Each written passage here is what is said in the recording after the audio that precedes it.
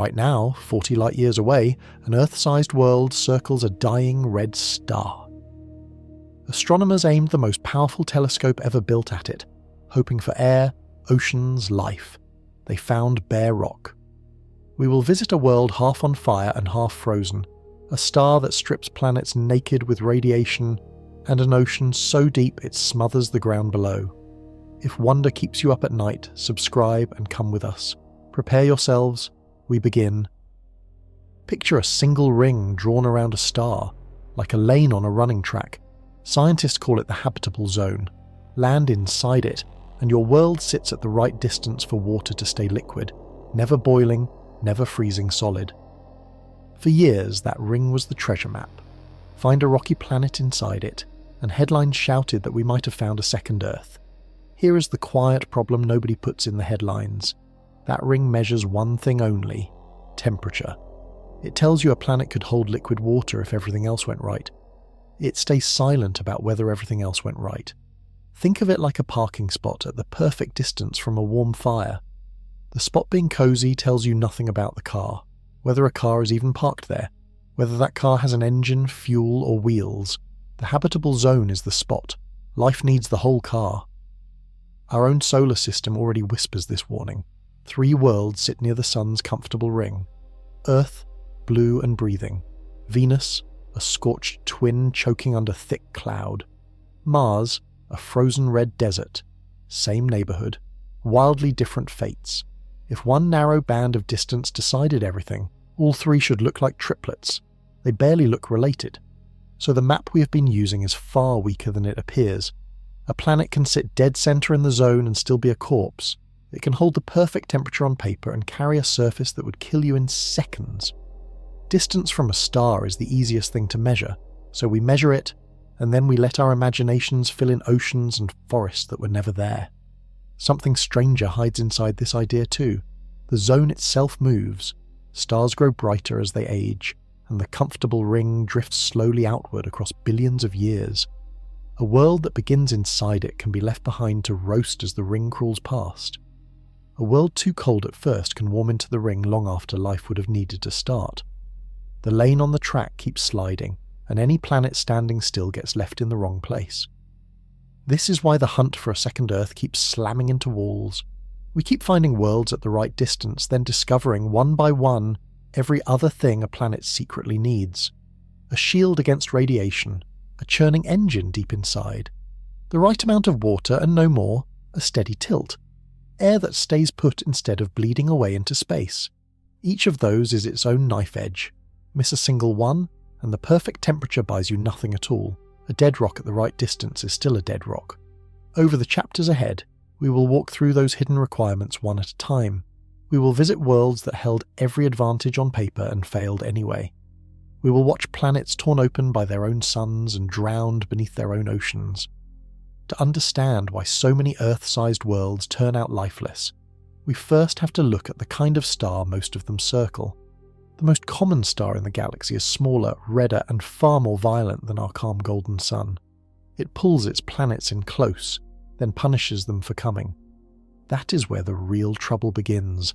Look up at the night sky and you are being tricked. The stars you can see are the show-offs, the bright giants and hot blue-white beacons.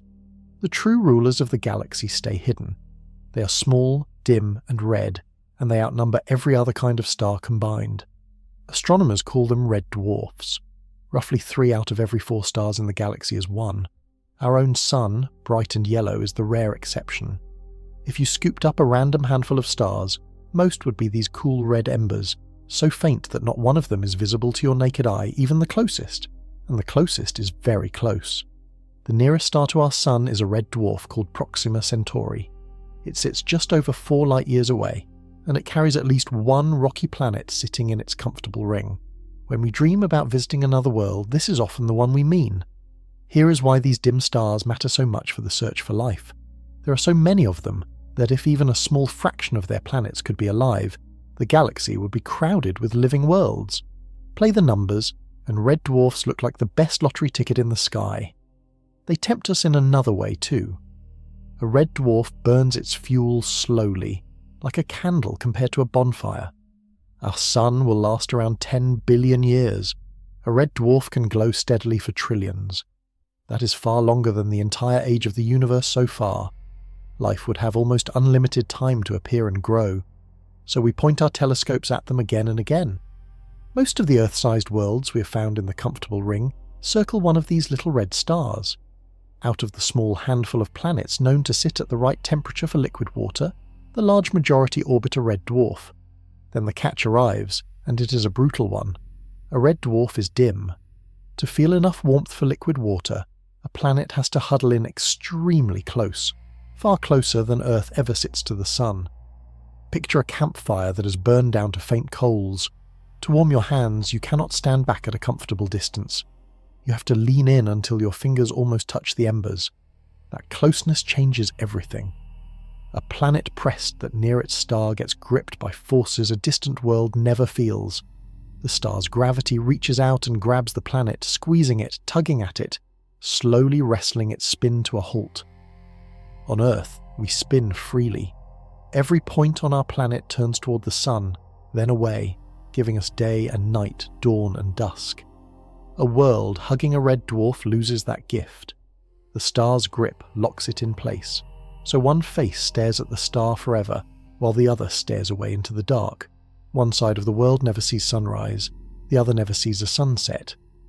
And that single fact does something to a planet so extreme that, for a long time, scientists assumed it made life impossible.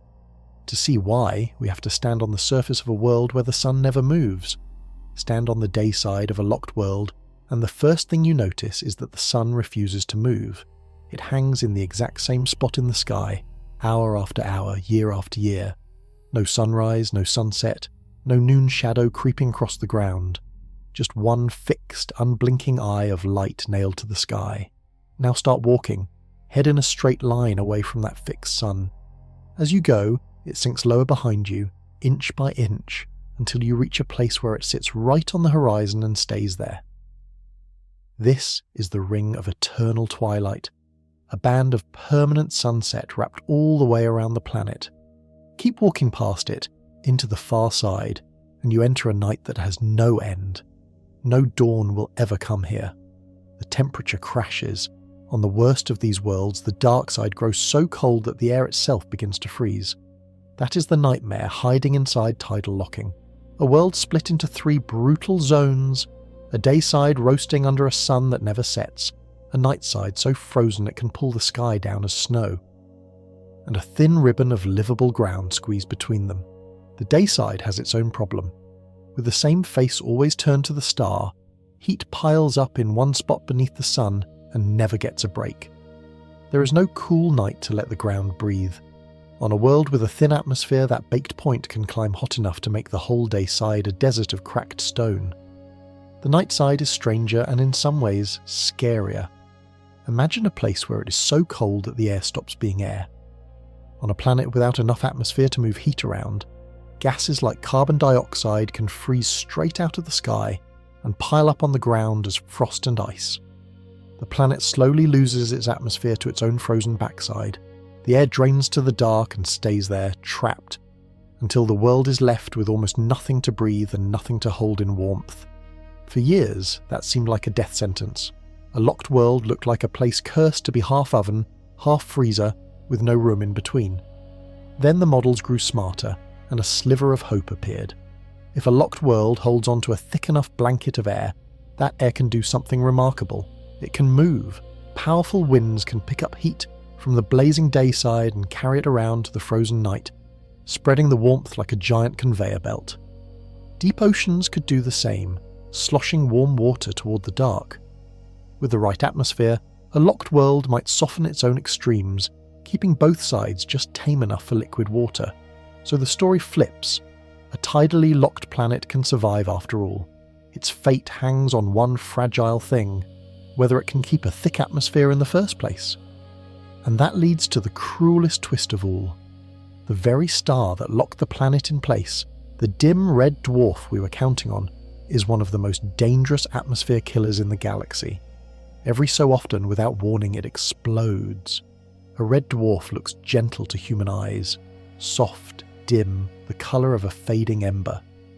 If you could stand on one of its planets and see only visible light, you might think the star was harmless. Your eyes would be lying to you. Beyond the colours we can see, these stars pour out a hidden torrent of high-energy light. Ultraviolet rays, the same kind that burn skin at the beach.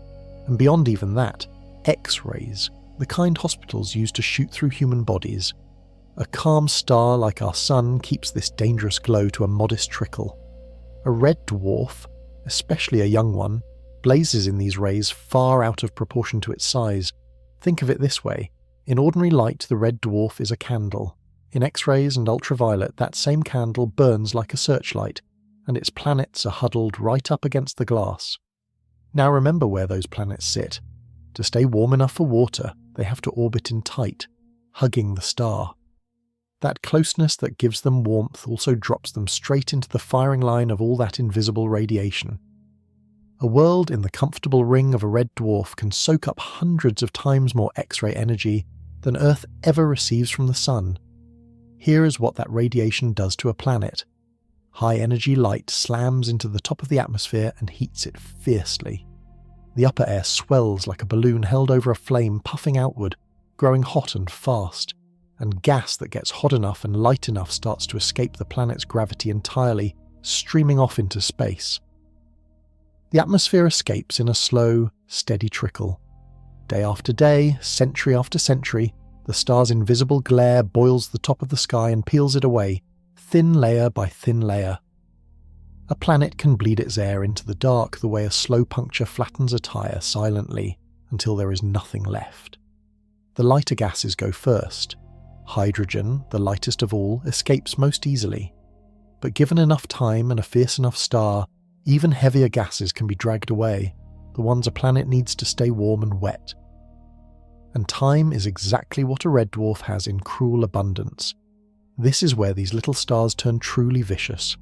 A star like our Sun calmed down early, growing steady and mild while life was still finding its feet. A red dwarf stays wild for a staggeringly long stretch, keeping up its high-energy assault for 1 to 2 billion years, sometimes longer. That is enough time to strip a young world bare before life ever gets a real chance to begin. So the picture darkens.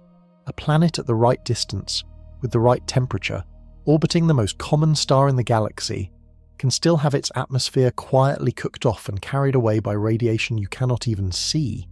But this steady glare is only the background hum of the danger. It is the slow, patient killer. Every so often, the red dwarf does something far more sudden and far more terrifying.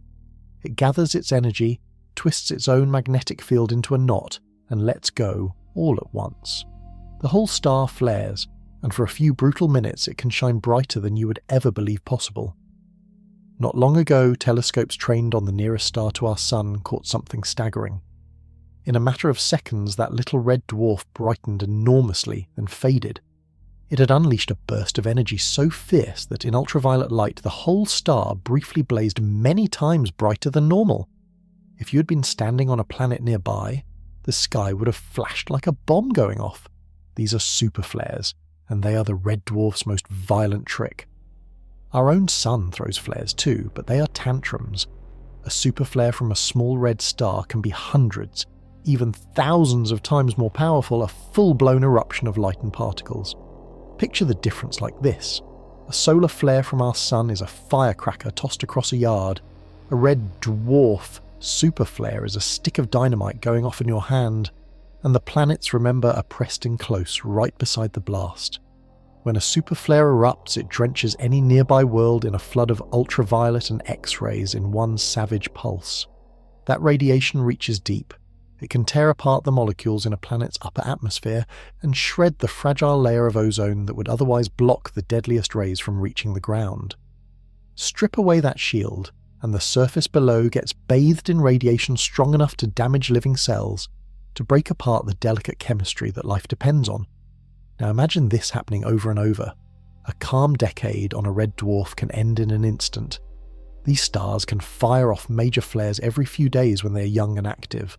A world-circling one is like a soldier standing in the open during an artillery barrage that lasts for 1 billion years. There is no all-clear, no season of calm long enough to rebuild in peace. For a while, scientists thought this settled the question. A planet caught in that endless bombardment seemed doomed to have its air, and its ozone blasted away, its surface sterilized again and again, case closed, no life around red dwarfs. Then the story cracked open, the way good science always does. Some researchers noticed a strange detail. On many stars, the biggest flares seem to erupt from high latitudes, near the star's poles, firing their worst energy up and away from the flat plane where the planets orbit. If that holds, then a planet might dodge the worst of the barrage, taking glancing blows instead of direct hits. Other studies found that a planet's atmosphere can be tougher than expected. After a flare rips into the ozone, the atmosphere can sometimes heal itself over time, rebuilding the shield before the next big strike. In some cases, the ozone survives at least in part, leaving a battered surface where life might still cling on. So the debate is wide open, and honest scientists admit they do not yet know the answer. The flares might sterilize these worlds, or the worlds might endure, scarred but alive. There is even a strange twist in the flares' favour, one that flips them from villain to possible hero. Because the very ultraviolet light that shreds an atmosphere may also be the spark that life needs to begin.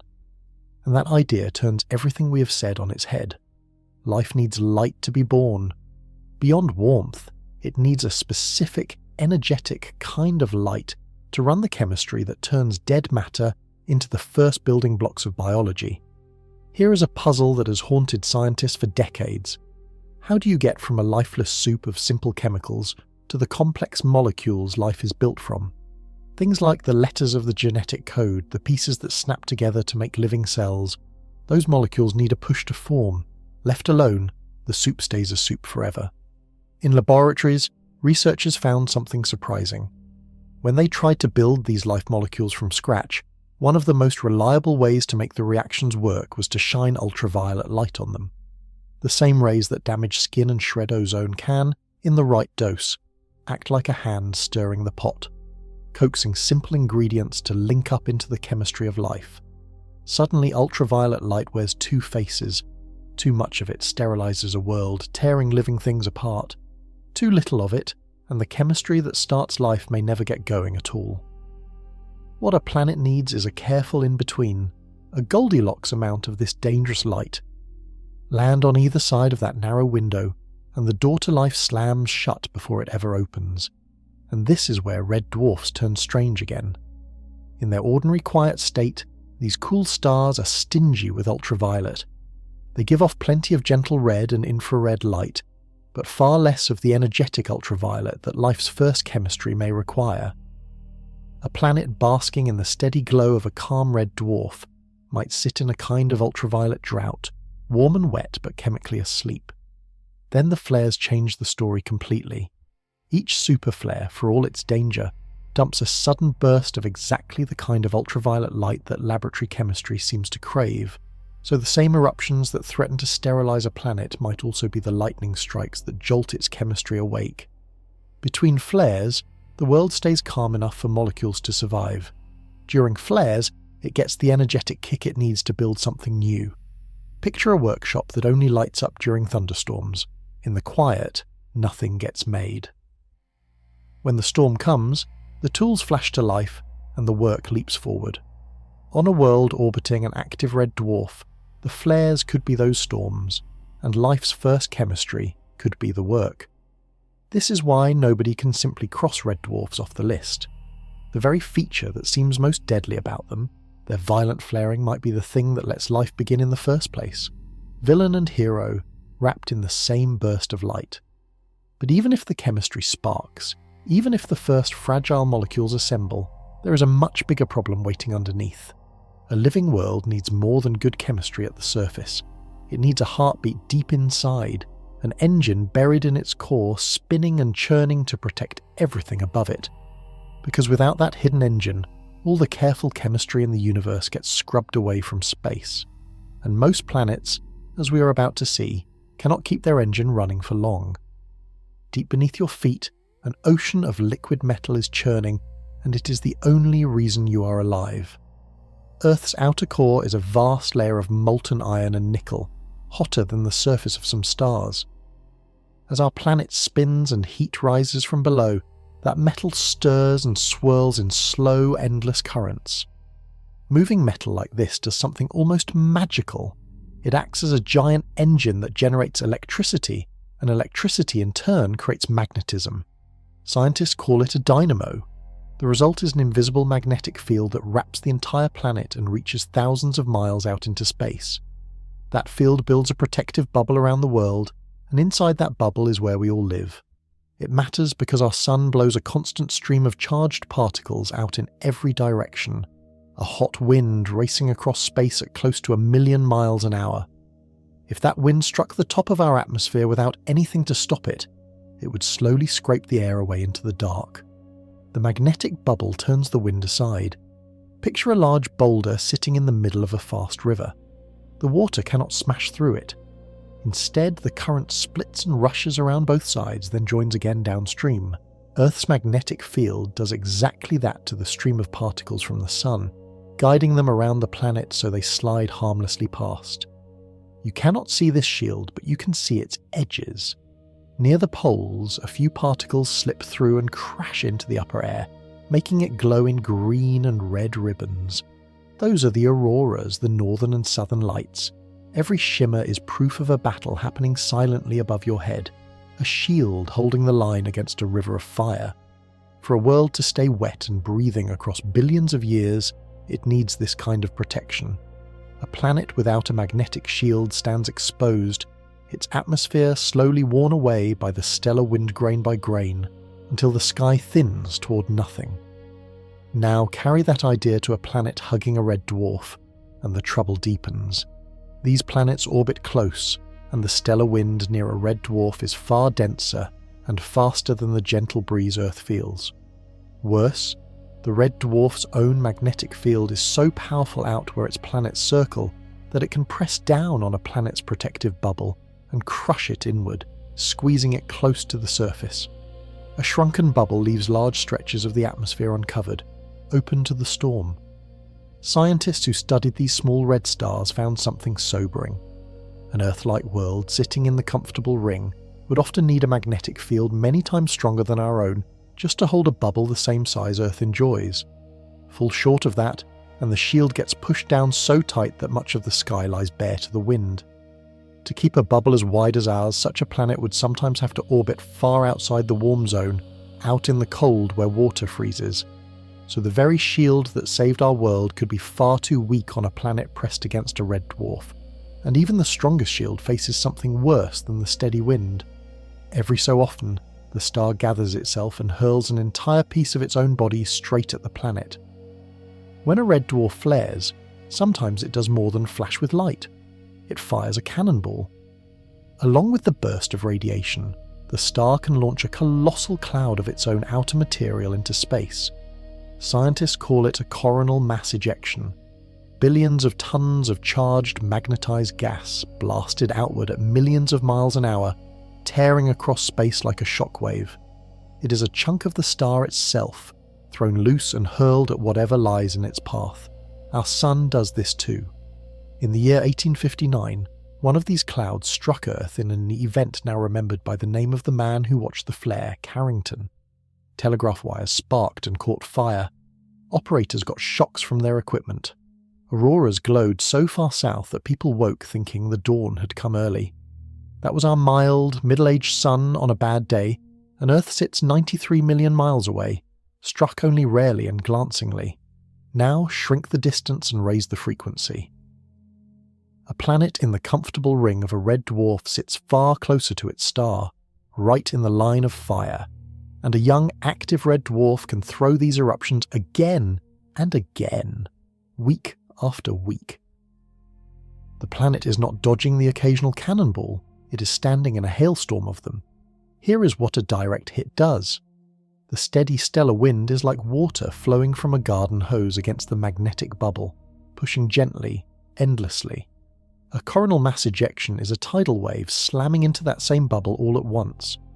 The blow crushes the shield inward, squeezing the magnetic bubble down hard against the atmosphere. In that violent moment, the protection thins, and the outer layers of the sky get exposed to the full force of the blast. Some of that air gets peeled off and carried away into space. One strike alone would barely matter. A world can shrug off a single storm and slowly rebuild, but the strikes keep coming, century after century, storm after storm, each one nibbling a little more atmosphere from the top of the sky. Over hundreds of millions of years, all that nibbling adds up to a planet stripped down toward bare rock. Think of a cliff being battered by waves. One wave changes nothing. 1,000 years of waves carves out a cave. 1,000,000 years, and the whole headland is gone. The red dwarf is an ocean of waves that never stops, and the planet's atmosphere is the cliff. This is why holding a shield today is only half the story. A planet might have a strong magnetic field right now and still be doomed, because the shield is not permanent. It runs on the heat buried in the planet's core, and that heat is leaking away every single day. The dynamo that powers the shield is a fire that will eventually burn out. When it does, the shield vanishes, and everything above it lies open to the sky. To see how that death arrives, we have to watch a planet's heart slowly stop beating. Every rocky planet is born blazing hot, and every rocky planet is slowly dying of the cold. When a world forms, it comes together in a storm of violent collisions, chunks of rock and metal smashing into a growing ball. All that crashing turns into heat, leaving the young planet molten and furious. Buried inside, more heat comes from radioactive elements locked in the rock, tiny atoms that break apart over time and release warmth as they go. Together, these give the newborn world a scorching, churning interior. That inner heat is what keeps the core stirring, and the stirring is what powers the magnetic shield. So the shield depends, in the end, on a planet staying hot inside. The problem is simple and unstoppable. Heat always leaks toward cold, and space is the coldest thing there is. Slowly, across billions of years, a planet bleeds its inner warmth out into the dark. The radioactive fuel runs low. The collisions that once heated it are long finished. There's no way to refill the tank. As the core cools, the liquid metal inside grows thicker and more sluggish, like honey chilling in a jar. The lazy currents slow down, the churning weakens, and when the stirring finally stops, the dynamo switches off and the magnetic shield begins to fade. Picture a spinning top. Give it a hard flick and it whirls upright, steady and proud for a good while. But friction is always tugging at it. The spin slows, the top begins to wobble, and at last it tips over and lies still. Every rocky planet is a top that got one flick at birth. The only question is how long it keeps spinning before it topples, and bigger tops spin longer. A large planet holds a huge reservoir of heat deep inside, and it lets that heat out slowly, so its core stays molten and stirring for ages. A small planet holds far less heat and loses it fast, so its core stiffens and stops early. The size of the world decides how long its heart keeps beating. When the dynamo dies, the shield collapses and the planet's air is left standing in the open. Then the stellar wind and the storms from the star begin their patient work, stripping the sky away.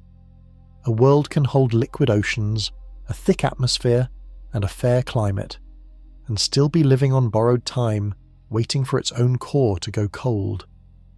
This is why so many worlds that look promising may be doomed from the inside. We can measure a planet's distance from its star.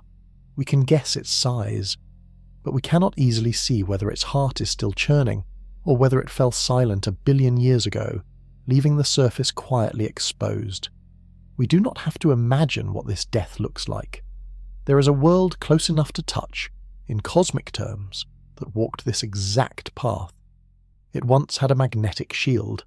It once had rivers carving valleys and standing lakes.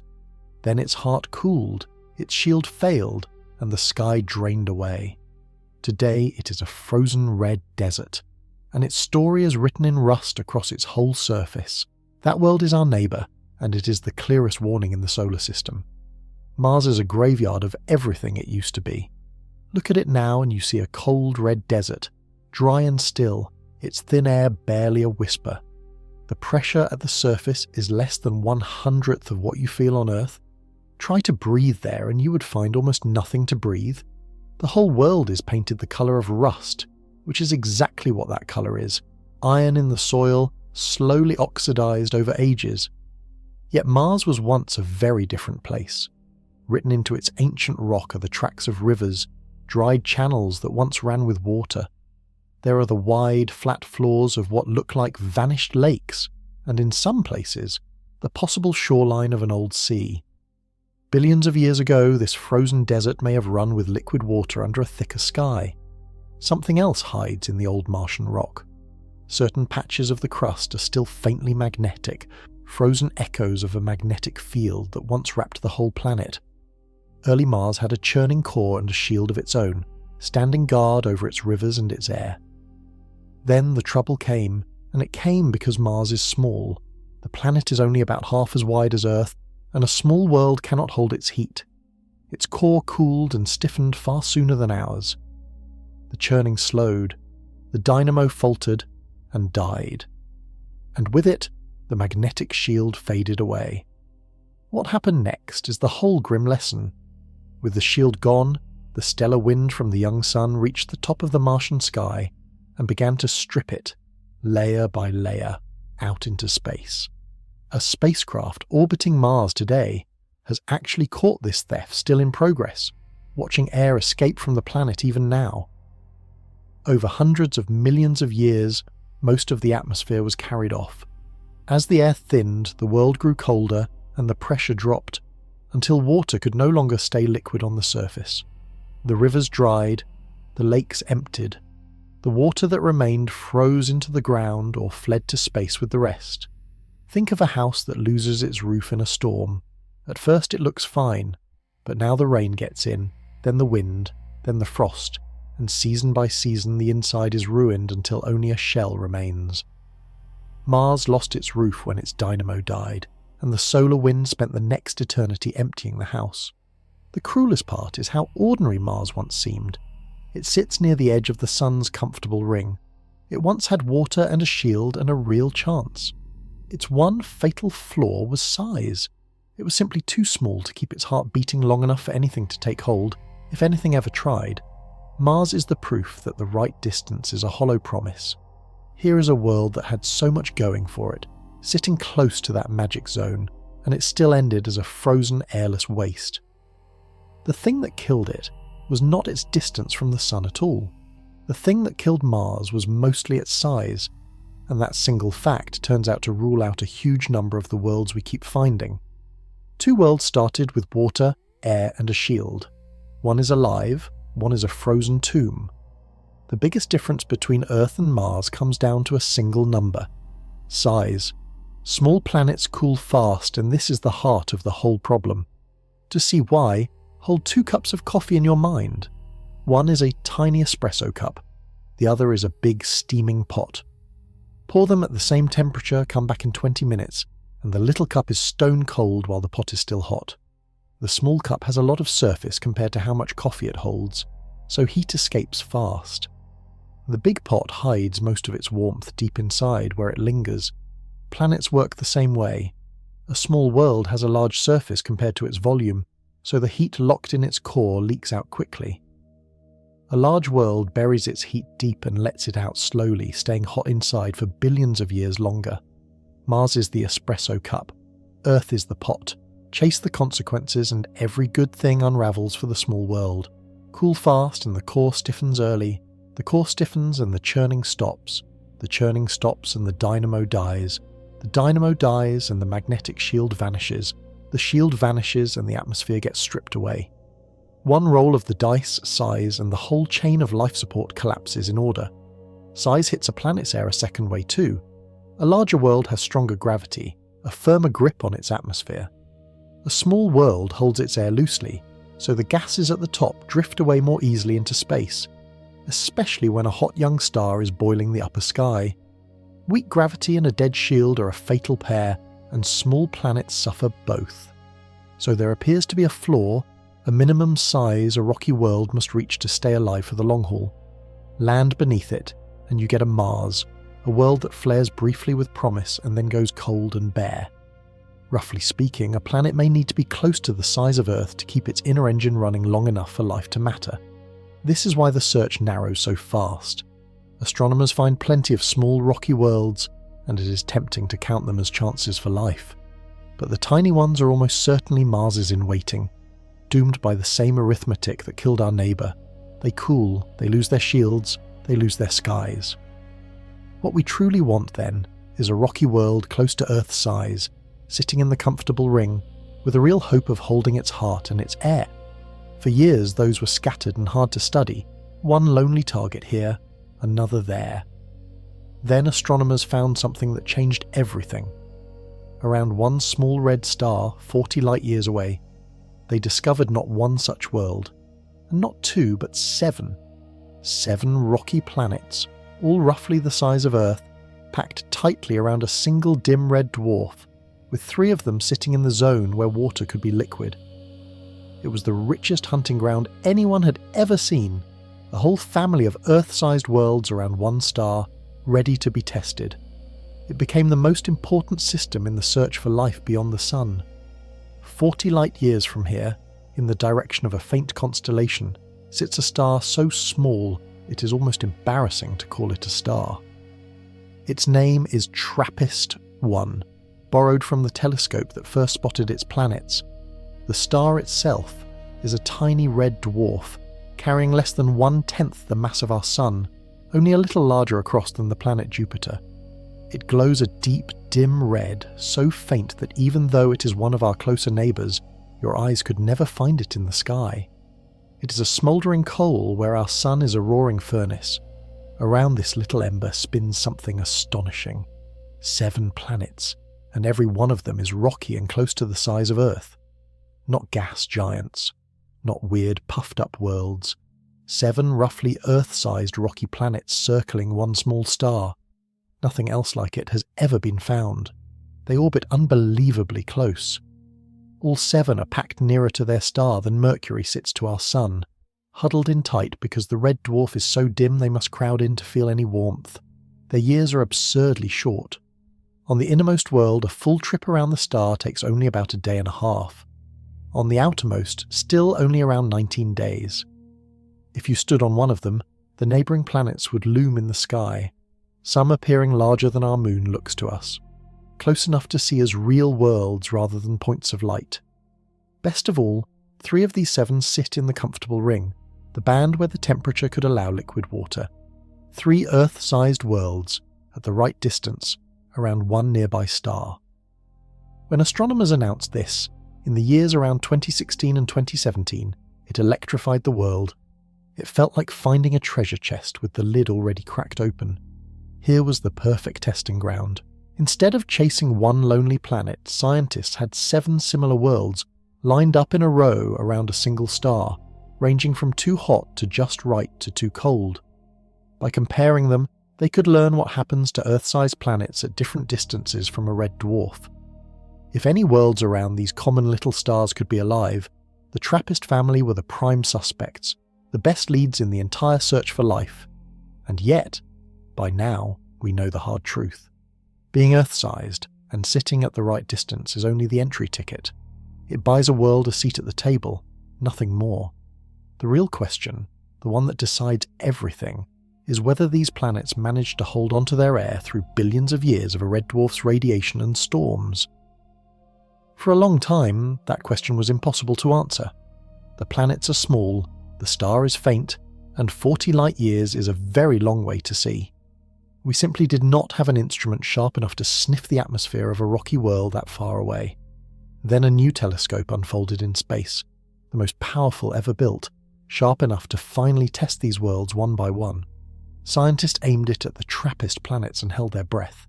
The answer, when it came back, landed like a punch to the gut. The great new telescope looked at the closest TRAPPIST worlds first, and it found nothing to breathe. The instrument is the James Webb Space Telescope, floating far beyond the moon, built to catch the faint heat of distant worlds. To test a planet for air, scientists used a clever trick. They measured how much heat glowed off the planet's day side, the face turned toward the star. A world wrapped in a thick atmosphere would spread that heat around, carrying warmth from the blazing day side over to the night side so the day side would run a little cooler. A bare rock with no air cannot share its heat. Its day side simply bakes and glows at full blast. They pointed the telescope at the innermost world, and the reading was brutal in its clarity. The day side glowed exactly as hot as a bare, airless rock should, with no sign that any warmth was being carried to the far side. There was no thick blanket of air moving heat around. On top of that, they searched for the fingerprint of carbon dioxide, the gas that dominates the thick skies of Venus, and found no trace of a heavy atmosphere. They ruled out a Venus-like world with high confidence. The innermost TRAPPIST planet appears to be a naked stone roasting under its star. They moved outward to the second world and found much the same story. No thick atmosphere, another likely bare rock. Then newer studies pushed on to the next planet out and set strict limits there too, finding no sign of a substantial sky. One after another the inner worlds came back empty, sandblasted down to rock by the star they hug so closely. It was the exact outcome the grim story predicted. The planets nearest a red dwarf take the worst of everything. The fiercest radiation, the densest wind, the most direct hits from the star's eruptions. Over billions of years, that assault appears to have stripped their skies away entirely, leaving behind bare, airless stone. Picture walking down a street of houses, knocking on each door hoping someone is home. You knock on the first house and find it empty, gutted, the windows blown out. You knock on the second, and it is the same, hollow and abandoned. The third, hollow again. That is what the telescope found as it worked its way through the inner TRAPPIST worlds. Empty house after empty house, air long gone. For anyone dreaming of life around red dwarfs, this was a heavy blow. The most famous, most promising family of Earth-sized worlds we know, and its inner members turned out to be lifeless rocks, exactly as the harsh physics warned. The comfortable ring had promised so much and delivered stone. There is a catch buried in all of this, though, one that makes the whole investigation maddeningly slow. Reading the air of a planet 40 light-years away is far trickier than pointing a telescope and writing down an answer. The star itself keeps getting in the way. A red dwarf is a restless, blotchy thing, and its blemishes leave false marks in the light, ghostly signals that mimic a planet's atmosphere when no atmosphere is there. Before anyone can trust a reading, they have to untangle the planet's true whisper from the star's constant lies. And that ghost in the light is exactly why the most important planet of all still has scientists deadlocked. The star keeps forging fake evidence, and it is very good at it. To sample a planet's air, astronomers wait for the world to pass in front of its star. As the planet crosses, a sliver of starlight filters through the thin ring of atmosphere around its edge. Different gases block different colours, so by studying which colours dim, scientists can read the recipe of the sky. It is a beautiful trick, and on a calm, smooth star it works well. Red dwarfs are anything but calm and smooth. Their surfaces are mottled with enormous dark star spots, cooler patches like giant bruises, along with bright, hot regions scattered between them. These blotches come and go, drift and change as the star churns and rotates. The face of a red dwarf is a restless, blemished thing that looks different from one week to the next. Here is the trap. When a planet crosses a blotchy star, or when the star's spots shift between one observation and another, those stellar blemishes stamp their own marks onto the light, and those marks look almost exactly like the signals a planet's atmosphere would leave. A dark spot the planet did not even cross can imprint a signature that mimics a sky full of gas. Scientists call this stellar contamination, and it haunts every reading. The cruelty is in the size of the effect. On the TRAPPIST worlds, these fake signals from the star can be larger than the real signal a genuine atmosphere would make. The whisper of a planet's true air gets buried under the star's much louder noise, and because the spots shift over time, the fake signals change from one crossing to the next, so a reading taken in June looks different from one taken in July, even for the same planet. Imagine trying to hear a friend whisper a secret in the next room. That whisper is the planet's atmosphere. Now imagine someone standing beside you, banging a fist against the wall at random. That banging is the star. You strain to catch the whisper, but you cannot tell which faint sounds are your friend and which are just the wall shaking. Sometimes the banging alone sounds a little like words, and you fool yourself into hearing a secret that was never spoken. This is why answers about these worlds arrive so slowly and so carefully. Scientists cannot simply trust a single measurement. They have to gather many crossings, model the star's spots, and try to subtract the star's lies before they can glimpse the planet underneath.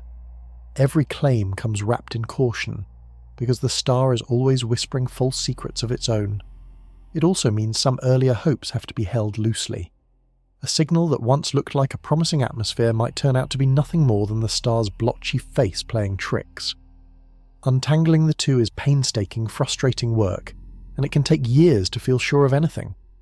All of this comes to a head on one particular world.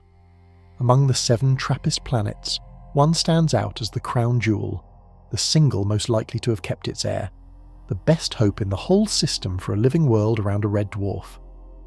When scientists finally turned the Great Telescope on that planet and tried to read its sky, the star's ghost was waiting for them, and the result left the experts split down the middle. Among the 7, one world carries all our hopes, and we still cannot say whether it breathes. It is the 4th planet out, a world close to the size of Earth, and it sits in the sweetest spot of all. It rests squarely in the comfortable ring, soaking up an amount of starlight not wildly different from what Earth receives from the Sun. It orbits far enough from the star that it escaped the worst of the early radiation beating that scoured the inner worlds bare. Of all 7, this is the one most likely to have held onto its atmosphere. If any TRAPPIST planet is alive, the smart money is here. So scientists aimed the Great Telescope at it and watched it cross its star again and again, gathering all the light they could. The whole field leaned in to hear the answer. The answer was maddening. Every single observation came tangled up with the star's ghostly interference, the blotches and spots stamping their fake marks across the light. When the teams cleared away as much of the star's noise as they could, the leftover signal leaned neither strongly toward air nor strongly toward bare rock. The data simply refused to give a clean verdict. They could rule a few things out. A puffy sky dominated by light hydrogen gas is off the table. A thick, heavy blanket like the one smothering Venus looks unlikely, and so does a Mars-style carbon dioxide sky. But a real possibility survived all the tests. A world wrapped in an atmosphere rich in nitrogen, much like Earth's own air, with a modest amount of carbon dioxide mixed in, remains fully allowed by the data. The door to a genuinely Earth-like sky is still open, so the crown jewel keeps its secret. It might be a bare rock like its inner siblings. It might be a world with a real, breathable-style atmosphere and liquid water waiting beneath. We honestly do not yet know, and the scientists studying it will tell you so plainly. They are not giving up. They have a clever plan to beat the star's lies. They watch this precious world and one of the known bare rock planets cross nearly the same path across the star's face. Any signal that shows up in both crossings must come from the star, since one of the 2 planets has no air to speak of. By lining up the 2 and subtracting the shared noise, they can peel away the star's ghost and glimpse the true sky of the world they care about. Think of trying to photograph something through a dirty window. You cannot tell which smudges are on the glass and which are on the thing behind it. So you take a photo of an empty patch of window, then compare, and the smudges that appear in both must be on the glass. Erase those, and what remains is real. That is the trick, patient and ingenious, and it is still underway. For now, the galaxy's best hope for a living world around a red dwarf hangs in suspense, its story unfinished, its sky unread. But suppose the answer comes back kind. Suppose this world truly kept a thick, gentle atmosphere. Even then, it would need one more thing to stay alive across the ages, something grinding away far below the surface, a slow stone engine that quietly rules a planet's climate for billions of years. And most worlds, it turns out, may never get that engine running at all. Earth's surface is broken into giant moving pieces, and those pieces may be the reason our climate never runs away. The outer shell of our planet is cracked into vast slabs called plates, and they drift, grind, and dive against each other over millions of years. This is why we have earthquakes and mountain ranges and lines of volcanoes. But the deeper gift of these moving plates has nothing to do with shaking ground. It is that they act as a thermostat, a slow, self-adjusting dial that holds the planet's temperature steady across enormous stretches of time. Here is the machinery, and it is elegant. Volcanoes breathe carbon dioxide into the air, and carbon dioxide is a warming gas, a blanket that traps heat. Left alone, it would build up and cook the planet. But rain and rock work together to pull it back out. Rainwater and carbon dioxide slowly eat away at exposed rock, locking the carbon into new stone. The moving plates then drag that carbon-loaded rock down deep into the planet, where it is stored and eventually recycled. Gas goes up from volcanoes, gas comes down into the rock, a slow, endless loop. The beauty is that this loop corrects itself. When the planet warms up, the chemistry that eats carbon dioxide speeds up, pulling the warming gas out of the air faster and cooling things back down. When the planet cools, that chemistry slows, so carbon dioxide from volcanoes builds back up and warms things again. The dial turns itself.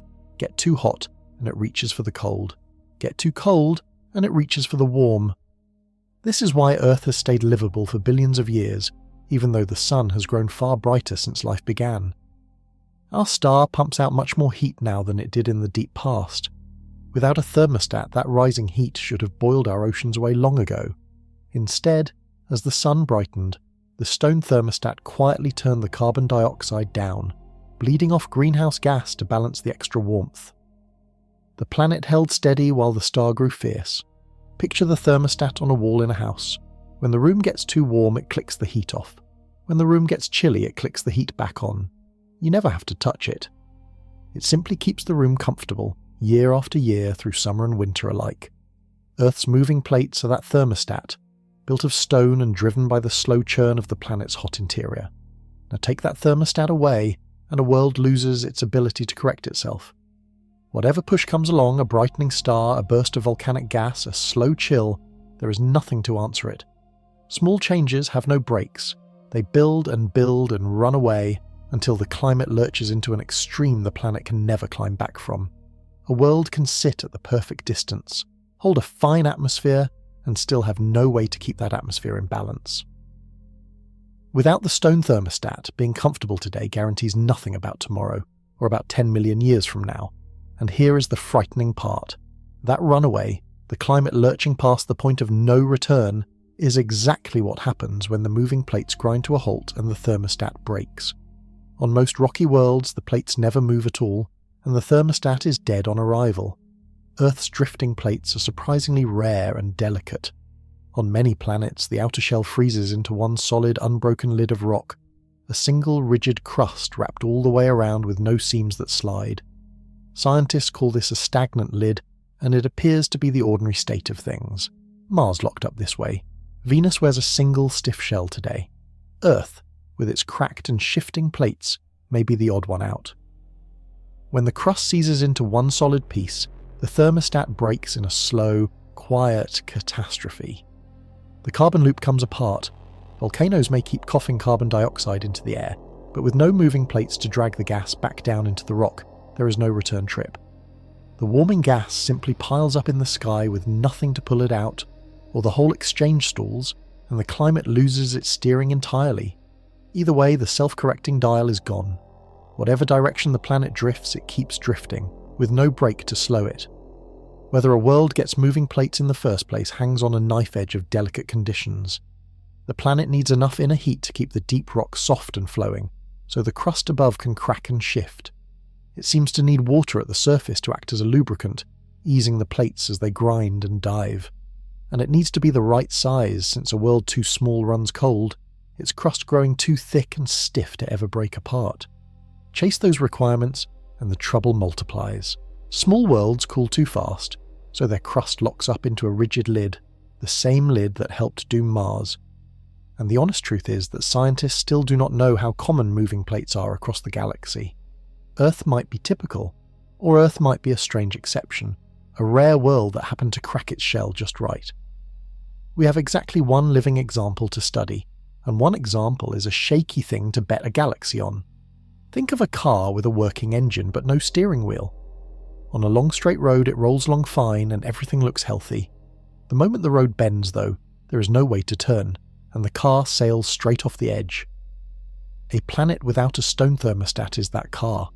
As long as nothing changes, it seems livable, but the road always bends eventually. Stars brighten, gases surge, climates drift, and a world with no steering cannot follow the curve. It runs off into fire or ice. So we pile up the requirements and the list grows unforgiving. A world needs the right distance, the right size, a magnetic shield, a long-lived molten heart, and now a cracked and moving crust to hold its climate steady. Miss anyone, and the perfect temperature buys nothing. There is a final twist in this particular trap, and it is a cruel one. You might think a bigger planet would be safer, holding more heat to keep its interior churning, but making a world larger than Earth can actually make moving plates harder, crushing the very machinery that keeps a climate alive. And bigger worlds, these so-called super-Earths, are exactly the kind of planet we keep discovering. You would think a bigger planet means a better chance at life. The opposite may be true. When we hunt for worlds beyond the Sun, we keep finding a kind of planet our own solar system does not have. Rocky worlds larger than Earth, sometimes half again as wide, sometimes twice as wide. Scientists call them super-Earths, and they are among the most common planets in the galaxy. At first glance, they seem like Earth with the volume turned up, more room, more rock, more of everything good. More heat inside too, which sounds promising. A bigger world holds a larger, hotter interior and keeps that heat far longer, so its core should stay molten and churning for ages, powering a strong magnetic shield across billions of years. On the shield question, size seems to help. Then you reach the surface, and the gift turns into a curse. A super-Earth carries far more mass, and more mass means stronger gravity, which presses down harder on everything, including the planet's own crust. The outer shell gets squeezed against the interior with crushing force, pinned in place by the sheer weight of the world above it. Recall what moving plates need. The crust has to be able to crack, then shift, then dive down into the hot rock below. On a super-Earth, gravity may hold that crust clamped so tightly that it cannot break or sink. The shell locks into one solid, immovable lid, the stagnant crust that kills the stone thermostat. The bigger the world, the heavier the lid, and the harder it becomes for the plates to ever start moving. Picture trying to slide a heavy book across a table. Easy enough. Now stack 10 more books on top of it and try again. The weight pins it flat, and no matter how hard you push, it will not budge. On a super-Earth, gravity is the stack of books, and the crust is pinned beneath it, unable to move. So the extra size that keeps a super-Earth's heart beating may also weld its surface shut. The planet ends up with a molten, churning core and a dead, locked crust, and the stone thermostat never runs. Its climate loses its steering. Whatever way it drifts, toward fire or toward ice, it has no way to correct. There is another twist for any life dreaming of walking on such a world. Stronger gravity means everything weighs far more. On a heavy super-Earth, your own body might feel 2 or 3 times heavier than it does now, as if you were carrying a second and third version of yourself on your back at every moment. Standing up would be a workout. Building tall structures, or ever leaving the surface, would be brutally hard. This is the pinch that squeezes the search from both sides. Small worlds cool too fast, lose their shields, and dry out like Mars. Big worlds hold their heat, but may crush their own crusts and lose their climate steering.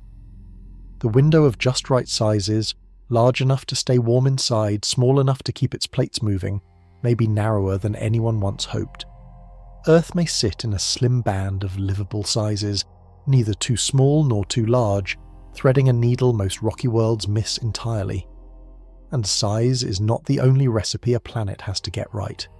What a world is made of matters just as much, right down to a pinch of rare radioactive dust mixed into its rock. A planet's inner fire runs on a fuel so rare that having too little, or too much, can quietly decide whether a world lives or dies. We have talked about the heat left over from a planet's violent birth, all those crashing collisions, but that heat fades with time. There is a second furnace inside every rocky world, and this one keeps burning long after the birth heat cools. It comes from radioactive elements sprinkled through the rock, heavy atoms like uranium and thorium that break apart slowly over billions of years, releasing warmth with every tiny crack. This slow, radioactive burn is what keeps a planet's interior hot deep into its old age. It helps stir the molten core that powers the magnetic shield.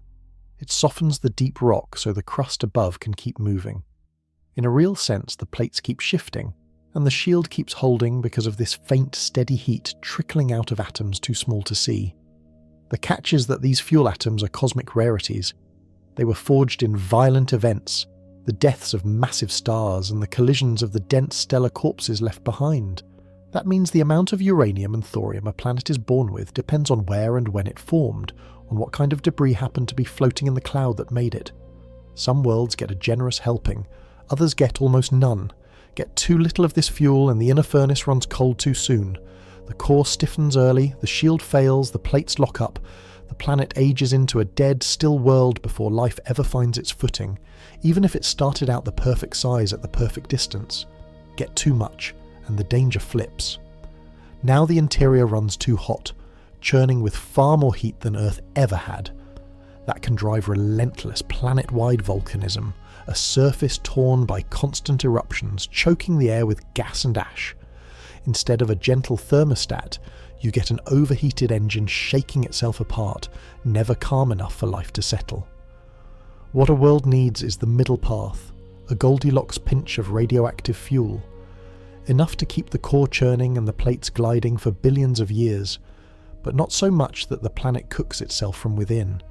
Studies of our own world suggest Earth landed remarkably close to that balance, with just enough radioactive warmth to keep its magnetic heart beating without boiling over. Think of a wood stove warming a cabin through a long winter.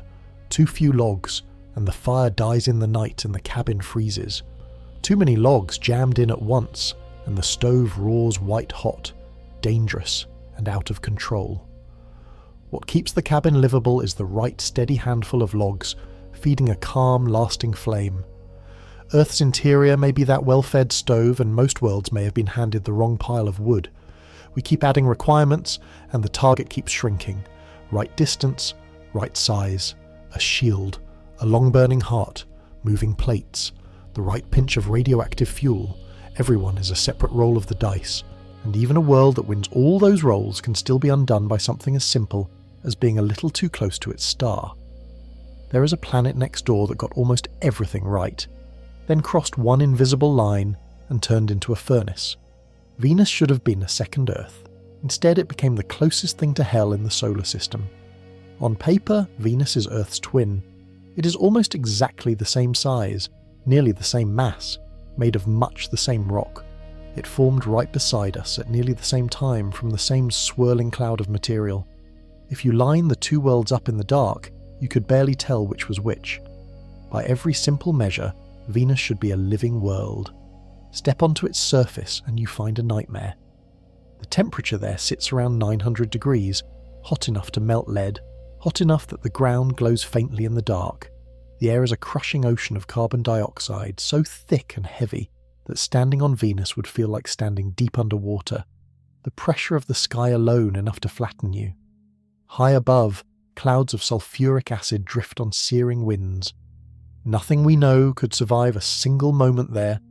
How did a twin of Earth become this? The answer is that Venus sits a little closer to the Sun, and that small difference lit a fire that never went out. Being closer, Venus started out warmer, and warmth, past a certain point, becomes its own runaway engine. Long ago, Venus may have had oceans much like ours, but the extra heat began boiling that water into vapour, lifting it up into the sky. Water vapour, it turns out, is itself a powerful warming gas, a heat-trapping blanket. So the rising vapour trapped even more heat, which boiled off even more water, which trapped even more heat still.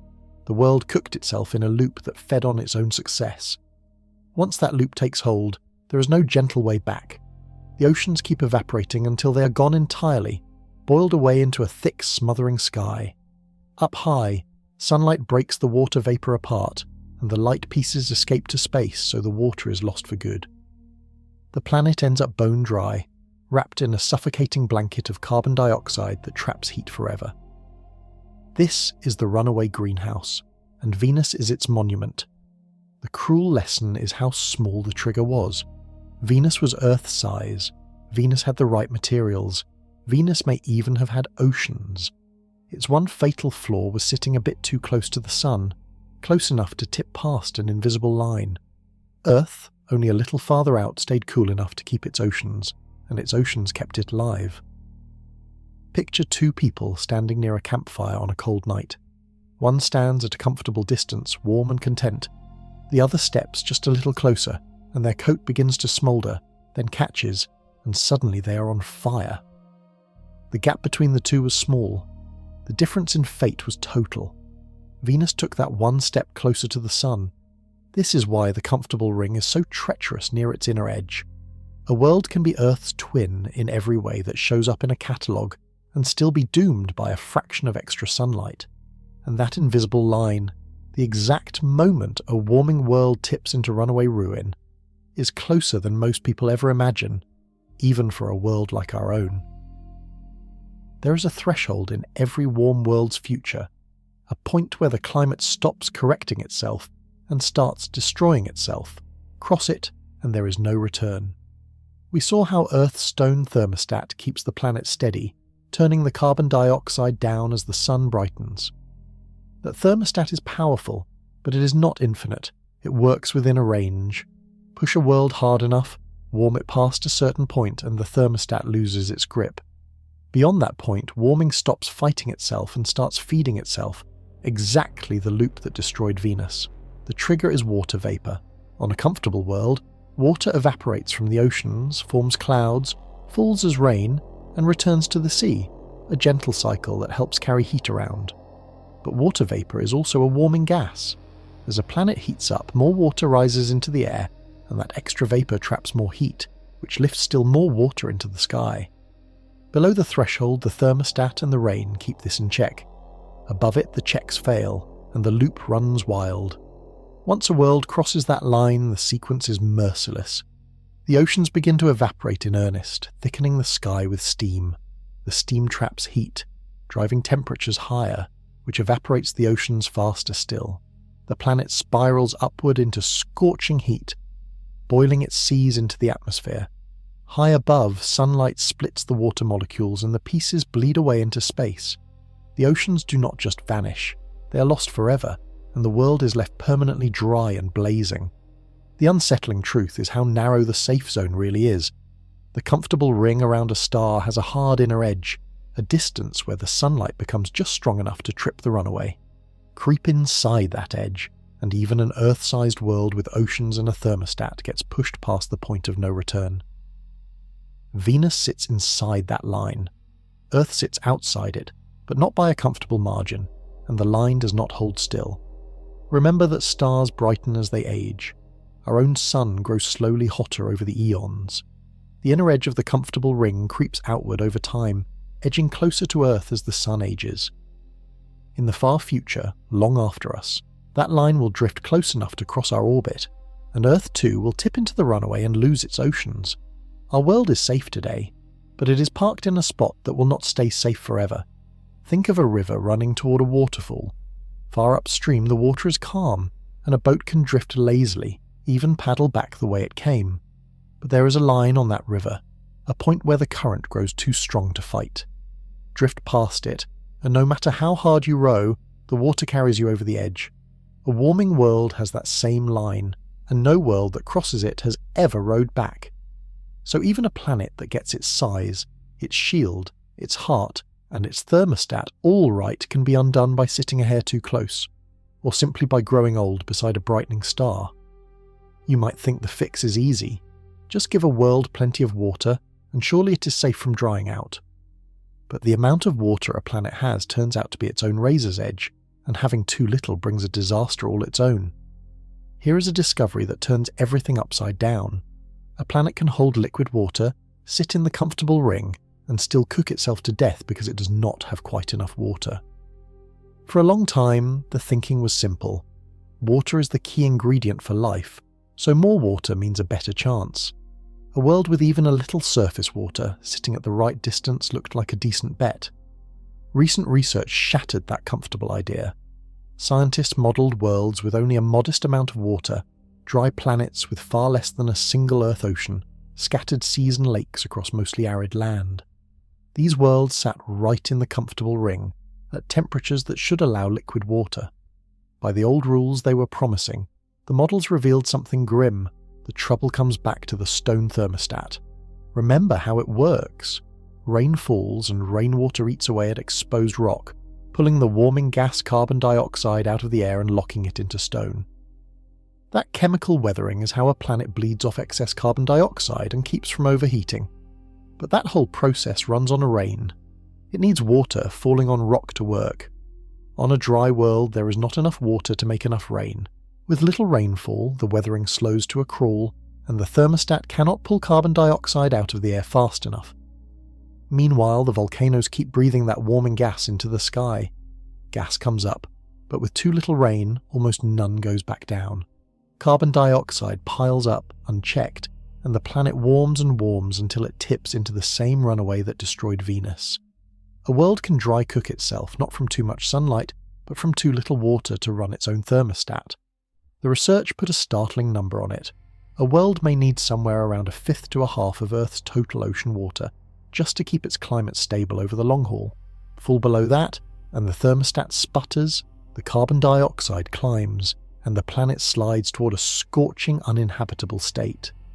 The barely wet worlds, the ones with a few small seas that once looked so hopeful, turn out to be some of the worst bets of all. And this may be exactly what happened to Venus. One idea gaining ground is that Venus formed a little drier than Earth, with slightly less water to begin with. That water shortfall could have crippled its thermostat early, letting carbon dioxide build up and shoving the young world into runaway heat, long before the rising sun would have done it. Venus may have been doomed less by its distance, and more by simply being born too dry. Picture a garden in a heat wave, kept alive by a sprinkler. If the sprinkler runs well, the plants stay cool and green through the hottest afternoon. But let the water dwindle to a trickle, and the sprinkler cannot keep up. The soil bakes, the plants wilt, and the whole garden burns brown under the same sun that the well-watered garden shrugs off. Water was the difference between survival and ruin, and it did not take much of a shortfall to lose everything. So too little water is a death sentence. You might expect then that the safe move is to drench a world in water, to give it deep, endless oceans. Surely a planet swimming in water is the safest bet of all? It is not. In fact, a world with too much water may be just as dead as a world with too little. Bury a planet under a deep enough ocean, and the water itself becomes the killer. We have all pictured the ideal alien world as a blue planet, a sphere of endless ocean, water from pole to pole. It seems like the perfect home for life. After all, life on Earth began in the sea. A world that is all sea should be paradise. The reality is far darker. Some rocky worlds form with staggering amounts of water, far more than Earth. Instead of oceans a few miles deep like ours, they can have oceans dozens or even hundreds of miles deep, water piled so high there is no land anywhere, just an unbroken sea wrapping the entire globe. These are water worlds, and scientists once hoped they might teem with life. Instead, the crushing weight of all that water may seal their fate. The problem is what happens at the bottom of an ocean that deep. Water is heavy, and pile enough of it up, and the pressure at the bottom becomes staggering, far beyond anything in Earth's deepest trenches. Under that immense pressure, something strange occurs. The water at the very bottom is squeezed so hard that it turns into ice, even though it is warm. Not the cold ice of a freezer, but a bizarre high-pressure ice formed by sheer crushing force, a layer of hot, dense ice sealing the ocean floor. That ice layer is a disaster for the planet's chemistry. It clamps down over the rocky seafloor like a lid on a jar, cutting the water off from the rock below. Remember that the stone thermostat needs water and rock to touch, needs volcanoes to breathe gas up and weathering to lock it back down. On a deep water world, the ice lid seals the rock away entirely. Volcanoes at the bottom may be smothered, unable to erupt against the enormous pressure. The carbon cycle, the planet's climate steering machine, simply cannot run. The thermostat is buried alive. There is a second, quieter tragedy. Life needs more than water. It needs nutrients, the raw chemical ingredients like phosphorus, the very backbone of the molecule that carries genetic information. On Earth, those nutrients wash into the sea from the land, ground out of rock by rivers and rain. On a world with no land at all and a seafloor sealed under ice, There is no way to feed those nutrients into the water. The ocean may be vast, but it is starving, a boundless sea with nothing dissolved in it for life to build from. Picture the largest, most beautiful swimming pool imaginable, stretching to the horizon, perfectly clear and full to the brim. Now imagine it has been sealed off. No streams feeding in, no minerals, no soil, nothing but pure water and a glass bottom you can never break through. It is enormous, and it is empty. Nothing could ever live there, because there is nothing to live on. A drowned world is that pool scaled up to swallow a planet. So the water requirement becomes a needle to thread. Too little water, and the thermostat dries up and the world cooks. Too much water, and the thermostat drowns and the world starves. A living planet may need a careful in-between, and studies suggest that sweet spot could be surprisingly narrow. A world with roughly a fifth to a half of Earth's oceans, enough to rain but not enough to drown. Earth, it turns out, may sit almost perfectly in that slim band, and that raises a strange new requirement that few people ever think about. To be alive, a world may need something we take for granted every day.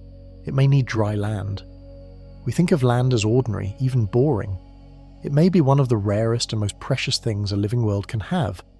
Look at Earth from space and you see mostly blue. Oceans cover the large majority of the surface. The land, the continents where we live, is almost an afterthought. A few brown and green patches poking above the water. It is easy to assume the water is what matters and the land is just leftover scenery. The truth may be the reverse. The land might be doing quiet, essential work that the oceans cannot. Start with the thermostat again, because land is where much of it runs.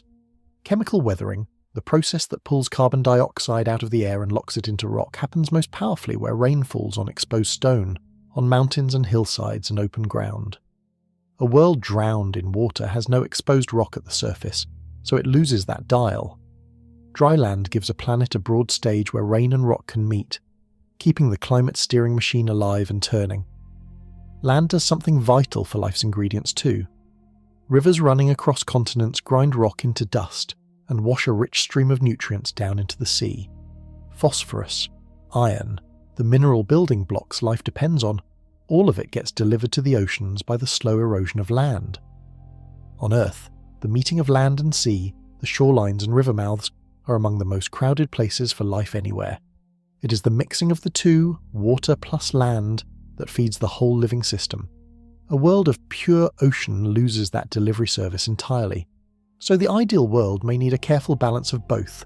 Enough ocean to hold water and shelter life, enough land to run the thermostat and feed the sea. Too much water drowns the land and starves the system. Too little leaves the world dry and overheating. The livable worlds may be the ones that split the difference, part sea, part continent, the way Earth does. And getting that balance may take a very particular amount of water, landing in that same slim band, neither flooding the world nor leaving it parched. Even the existence of continents is its own small miracle. On Earth, our dry land rides on those drifting plates, pushed up and recycled over ages by the same restless machinery that runs the thermostat. Without moving plates, a world might never build proper continents at all, its surface staying a smooth, low shell easily swallowed by any ocean it has. So land itself may depend on the plates, which depend on the heat, which depends on the size, requirement stacked upon requirement. Think of a coastline you have stood on, where the waves meet the sand, where a river spills into the sea. It feels like a simple, common place.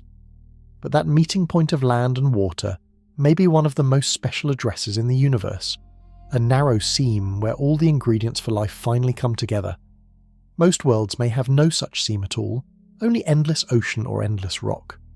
We keep discovering how many quiet gifts our planet holds, gifts we never notice because they have always simply been there.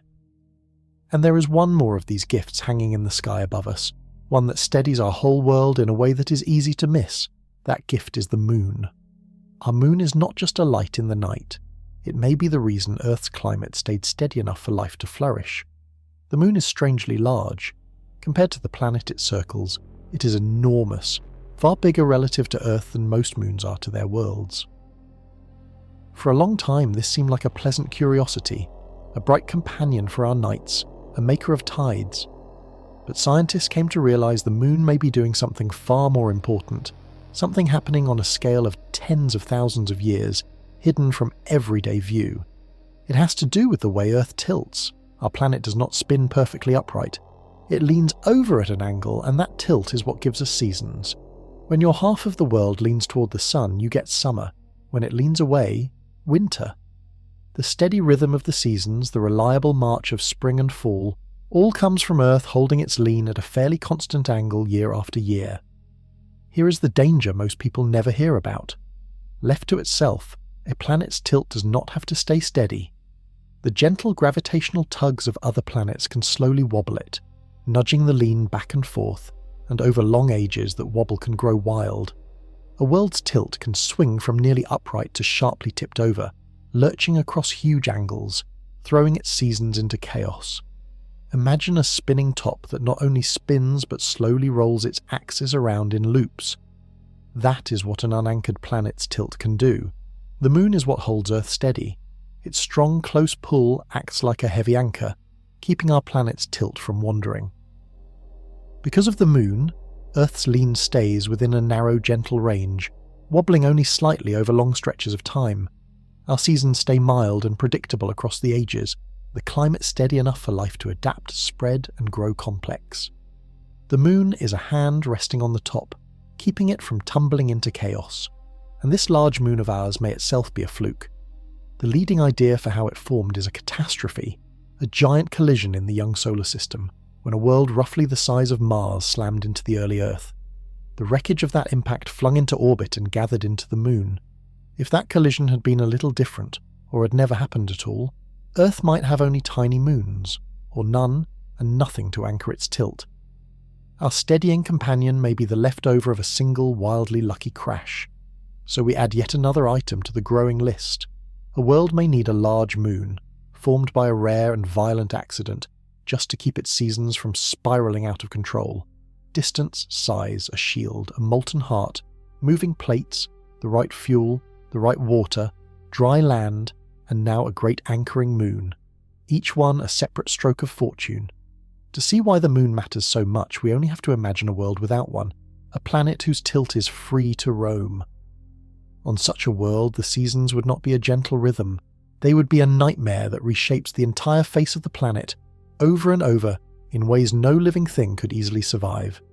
Picture a planet with no moon to steady it, a world whose lean is free to roam. On such a world, the seasons become a slow-motion catastrophe. Start with the planet tilted much like Earth, leaning at a modest, friendly angle. Now let the tugs of other planets go to work with no moon to resist them. Over tens of thousands of years, the lean begins to drift. It tips further and further past Earth's gentle angle, on towards something extreme. Eventually the planet may be lying almost on its side, its axis pointed nearly straight at its star, and then, over more ages, it may swing back the other way. The tilt roams across a huge range, wandering where a moon-anchored world would hold firm. The seasons on such a world would be monstrous. When a planet leans far over, one pole tips to face its star directly, bathed in relentless sunlight for a scorching, endless summer, while the opposite pole is plunged into a frozen night that lasts for a season no living thing would recognize. Whole hemispheres would bake, then freeze, then bake again, as the tilt swung through its long, wandering cycle. Ice caps could melt away entirely, then reform somewhere new. Regions that were temperate for thousands of years could tip into blistering heat or brutal cold. Life struggles against changes like these. Living things adapt to their environment, but adaptation needs a target that holds still long enough to aim at. A world whose climate lurches from one extreme to another, reshaping its ice, its deserts, and its livable zones over and over, gives life almost nothing stable to hold on to. Just as creatures suited themselves to one arrangement, the whole planet would tip into another. It is hard to build anything complex on ground that keeps rewriting its own rules. Our neighbour Mars may show a hint of this. Mars has only 2 tiny moons, far too small to anchor it, and calculations suggest its tilt has wandered wildly over its history, swinging through large angles in ways Earth never does. That roaming tilt likely drove dramatic shifts in the Martian climate over the ages, shuffling its ice from the poles to lower latitudes and back. Even lifeless, Mars carries the fingerprints of a world that cannot hold its lean. Think of trying to have a serious conversation with someone on a boat that keeps violently rocking. Every time you find your balance and start to speak, the deck heaves and you're thrown off, grabbing for a handhold. You can never quite settle, never quite get going. A world with a wandering tilt is that pitching boat, and life is the conversation that can never find its footing. Earth, held steady by its moon, is solid ground where that conversation can carry on for billions of years. So the moon, that pale disk we barely glance at, may be quietly holding our whole living world in place. Take it away, and even a planet that got everything else right, the size, the water, the shield, the plates, could still be shaken to pieces by its own roaming seasons. By now, the list of requirements has grown almost absurd. And this raises a haunting question. If a world somehow manages to win every one of these long-shot gambles, if it holds an atmosphere against all odds, could we even tell from 40 light-years away?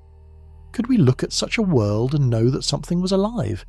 The answer is that even spotting life may be its own maze of traps. Suppose a world out there won every gamble and holds a living, breathing atmosphere. Spotting that life from across the galaxy is a maze of its own, full of dead ends and false trails. When scientists dream of finding life on another world, they're usually hunting for a biosignature, a sign in a planet's air that only living things could easily make. The classic example is oxygen. On Earth, our air is rich with oxygen, and that oxygen is there because living things, plants and tiny ocean organisms pump it out constantly. Without life to replenish it, the oxygen would react with the rocks in the air and slowly vanish. So a sky full of oxygen looks like a fingerprint of life, and finding it on a distant world would set off celebrations. The first problem is that a lifeless world can fake it. There are ways for a planet to fill its air with oxygen with no life involved at all. Remember the runaway that boiled Venus. When a world loses its oceans, sunlight splits the water vapor high in the sky, the light hydrogen escapes to space, and the leftover oxygen can build up in the air. A dying, drying world can end up wrapped in false oxygen, a corpse wearing the mask of a living planet. Spot that oxygen from afar, and you might toast to alien life while staring at a scorched, dead rock. The second problem is the star, that same restless red dwarf that has haunted this whole story. Its blotchy face and its constant lies make reading any planet's air agonizing. The fake signals from star spots can mimic or bury the real signatures of gas. A promising fingerprint might turn out to be nothing but the star's noise, and untangling the two can take years of careful, painstaking work. Even the powerful new telescopes strain at this task. Reading the thin ring of air around a small rocky world 40 light-years off pushes our best instruments to their absolute limits. It can take many, many crossings of a planet in front of its star, stacked and combined, just to glimpse a faint hint of a single gas. And a faint hint is rarely enough to be sure. In science, a clue that might be life is not proof of life, and the gap between the two can be enormous. Picture a search party scanning a vast, dark forest at night for a single campfire. Sometimes they see a flicker, and their hearts leap, only to find it was moonlight on a puddle, or a firefly, or their own eyes playing tricks. A real fire and a false one can look maddeningly alike from far away. That is where we stand with distant worlds, straining to tell a true spark of life from 100 convincing illusions. So even the discovery itself would be slow, uncertain, and haunted by doubt. A single hopeful reading would not settle anything. It would launch years of checking, arguing, and second-guessing as scientists work to rule out every lifeless way the same signal could appear. Which brings us to the hardest question of all, the one that has been quietly building beneath every chapter. We have piled up requirement after requirement, each one a separate long shot. Right distance, right size, a shield, a molten heart, moving plates, the right fuel, the right water, dry land, a steadying moon, air that survives the star. How many worlds could possibly pass every single test at once? When scientists actually try to count, the number they find is enough to make the whole galaxy feel suddenly terribly quiet. Line up every requirement we have found. and then try to count how many worlds could pass them all. The answer is small enough to stop you cold. Start with what sounds like good news. Our galaxy holds hundreds of billions of stars, and most of them carry planets. Astronomers have already found thousands of worlds beyond our sun, with many thousands more waiting in the data. Among these, a certain number are rocky and sit in the comfortable ring at the right distance for liquid water. Focus only on that, and the galaxy looks crowded with promising Earths. Now start applying the filters, one by one, the way this whole story has. Cross off the worlds that are too small, the masses in waiting, cooling fast and losing their shields. Cross off the ones too large, the super-Earths whose gravity may weld their crusts shut and kill their thermostats. Cross off the ones locked to violent red dwarfs that stripped their air away. The bare rocks the Great Telescope already caught. Each filter removes a huge share of the survivors. Keep going, because the list is long. Cross off the worlds born too dry, doomed to cook when their thermostats fail for lack of rain. Cross off the ones drowned in too much water, their seafloors sealed under crushing ice, their oceans starving. Cross off the ones without moving plates, with no way to steer their climate. Cross off the ones with the wrong pinch of radioactive fuel, running too cold or too hot inside. Cross off the ones with no large moon, their tilts free to wander into chaos. At every step, the pile of survivors shrinks again. Scientists who try to weigh these factors together find the numbers collapsing fast. One study that looked just at whether rocky worlds in the comfortable ring could hold both moving plates and a strong magnetic field found that only a small fraction cleared even those two hurdles, roughly 1 in 5 having a shield strong enough to protect life over the long haul, and that was only 2 requirements out of the long list we have built. Stack all the filters together, each one cutting the survivors down, and the odds of any single world clearing every gate turn punishingly small.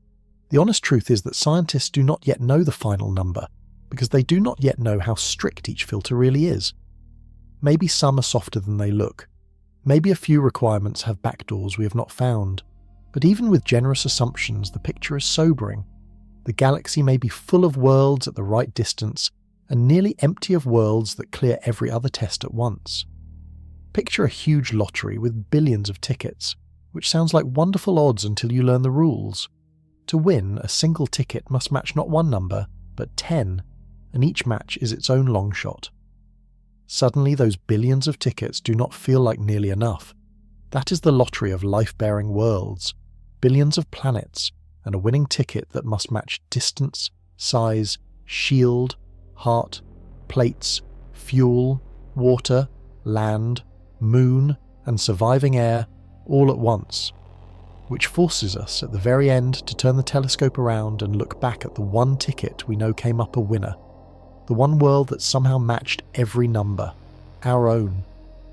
And when you truly see how many gates Earth passed to be here, the ground beneath your feet starts to feel less like an ordinary home and more like the most improbable thing you've ever stood on. Even a world that matches every requirement still has to get the order right, because life needs its gifts to arrive on time, not too early and not too late. Think about everything we have piled up. A planet needs its water, its shield, its steady tilt, its moving plates. But those things are not switches flipped all at once. They arrive across a planet's long history, each in its own moment, and the moments have to line up. A gift that comes too soon can be wasted. A gift that comes too late can arrive to find the world already ruined. Water is the clearest example. A rocky world does not usually form with gentle oceans already in place. It is born hot and dry, and much of its water arrives later, delivered by icy debris crashing in from the outer reaches of its system during the chaos of its youth.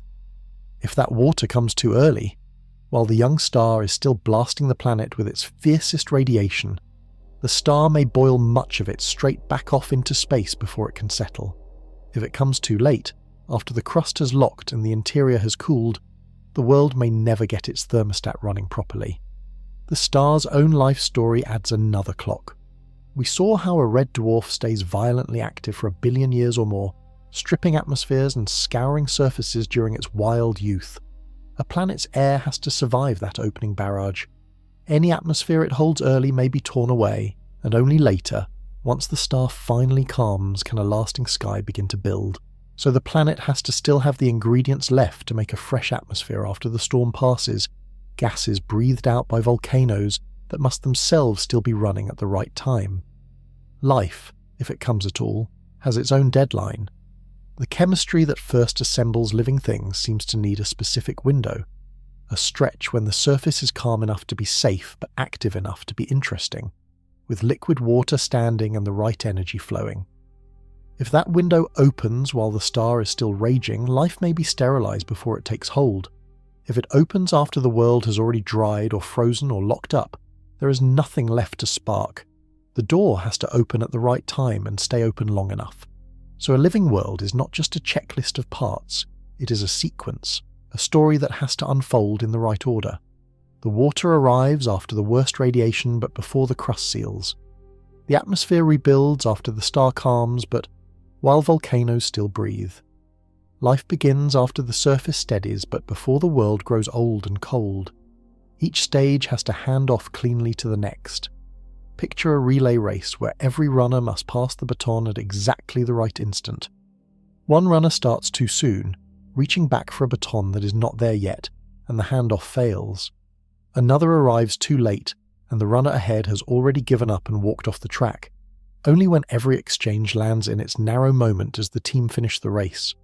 A living world may need to win a relay like that, across billions of years, with no one coaching the runners. We have added distance, size, shield, heart, plates, fuel, water, land and moon. Now add timing itself, the demand that all of it happen in the right order. And even with all of that, there is one more force that can end a world in an instant, no matter how perfectly it was built. A world can pass every test we have named, run its thermostat, hold its air, steady its seasons, and still be murdered from the outside by the violence of the wider galaxy. So far, this whole story has been about a planet and its star, a small stage. But that stage sits inside something vast and restless. Our galaxy is a swirling city of hundreds of billions of stars, and it is not a calm place. Stars are born, stars die, and some of them die in explosions so ferocious they can reach across staggering distances to touch worlds that had nothing to do with them. The most fearsome of these deaths is the supernova, the detonation of a massive star at the end of its life. When one of these giants collapses and blows itself apart, it briefly outshines an entire galaxy, flooding space around it with a torrent of radiation and high-energy particles. A world unlucky enough to sit too close when a nearby star explodes could have its protective ozone layer shredded in a flash, leaving its surface bathed in radiation deadly to living things. A planet that spent billions of years carefully building life could have it scoured away by a stranger's death across the void. There are other blades hanging over every world. Great clouds of high-energy particles sweep through the galaxy, and a world's magnetic shield fights them off day after day. There are bursts of radiation from distant catastrophes, some so powerful that scientists wonder whether one may have harmed life on Earth in the deep past. And closer to home, there is always the chance of a giant rock from space, an asteroid or comet slamming into a world with force enough to reshape its climate and wipe out much of what lives there. Earth itself has been struck hard more than once, including the blow that helped end the age of the dinosaurs. Where a planet sits in its galaxy may matter too. The crowded, brilliant core of a galaxy is packed with stars, which means more nearby explosions, more radiation, more gravitational chaos flinging deadly objects around. The quieter outer suburbs, where our own sun happens to live, may offer more shelter, more calm, more time. Being born in a peaceful neighbourhood of the galaxy could be one more quiet requirement. Another gate a world must pass without ever knowing the danger it escaped. Picture a house built to survive anything. Strong walls, deep foundations, every protection you could want. Now set the house in the path of things it cannot control. Wildfires sweeping through the region, floods rolling down from far away, storms born 1,000 miles off. The house may be flawless, and still a disaster it never caused can level it. A world is that house, and the galaxy is the wild country all around it, capable of ending even a perfect home. So the survival of a living world depends not only on getting itself right, but on the luck of its surroundings staying calm enough, long enough, for life to take root, and endure. It is protection layered on protection, and every layer can fail. When you stand back and take in the full weight of all these dangers and demands stacked together, one planet begins to look almost impossible. A world that somehow slipped through every trap, matched every number, and dodged every blade. That world is the one you are standing on. Turn the telescope around at last and look at the world under your own feet. By everything we have learned, Earth should not work. And yet, here it is.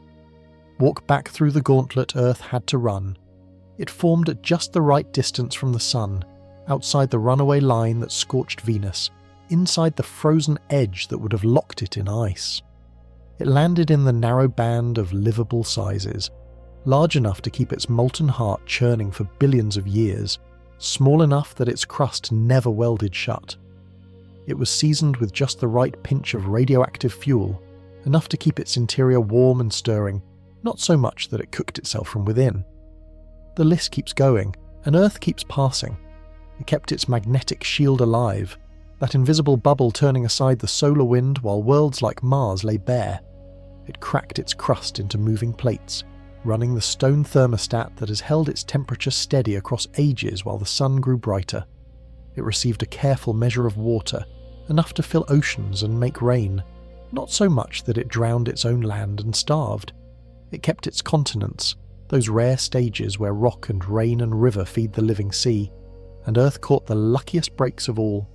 A violent collision in its youth, a world-sized crash, flung up the debris that became an unusually large moon, and that moon has anchored Earth's tilt ever since, holding our seasons gentle and steady, while an unanchored world would have tumbled into chaos.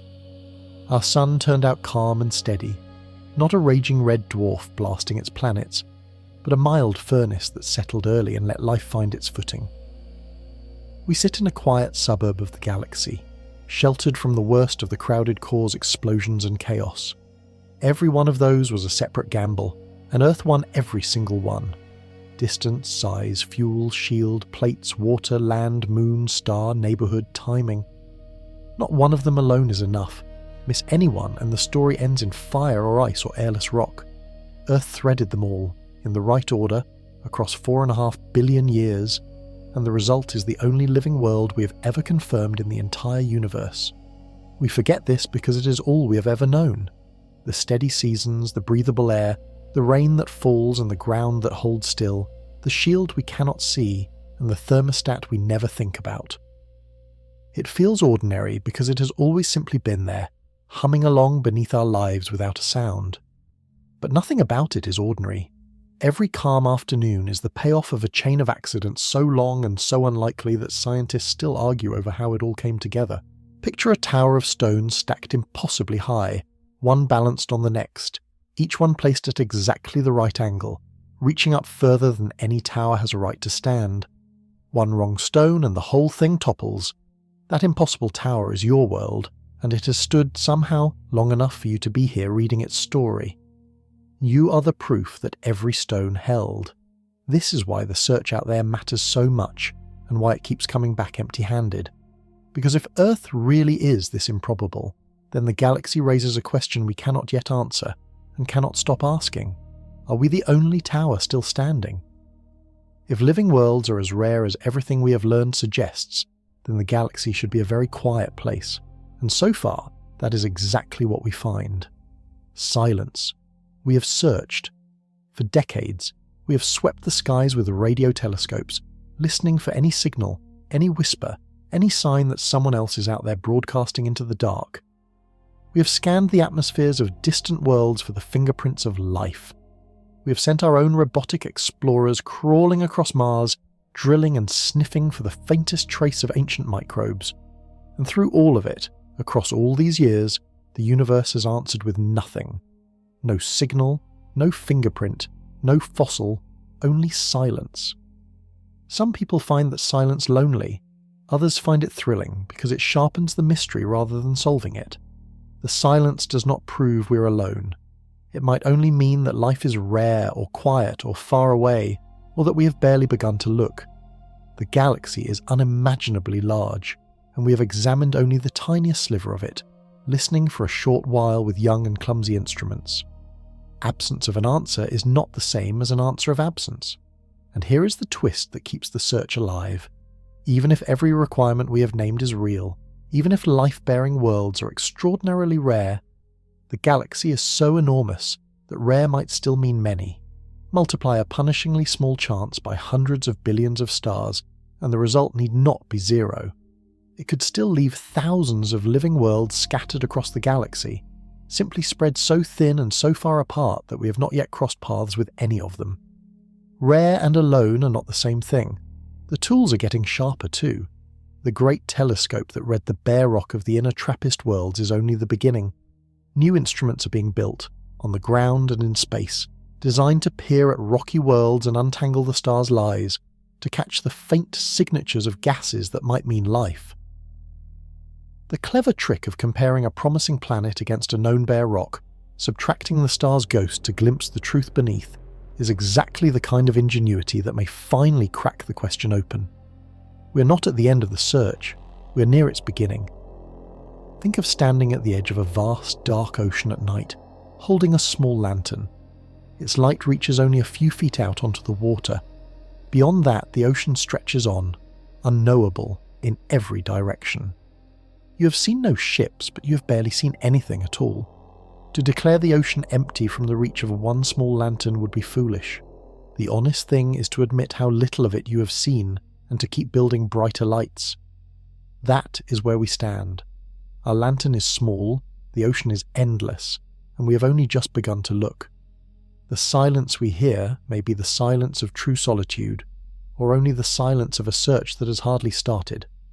Which leaves us with one final thought, the one that has been waiting since the very first chapter. Whether the galaxy turns out to be crowded or empty, one fact stands unchanged, and it may be the most important thing this whole journey has to teach us. After every world we have visited, every trap we have uncovered, we return to a single simple truth. As far as we know, in all the vastness of the universe, there is exactly one place where life is confirmed to exist. Here.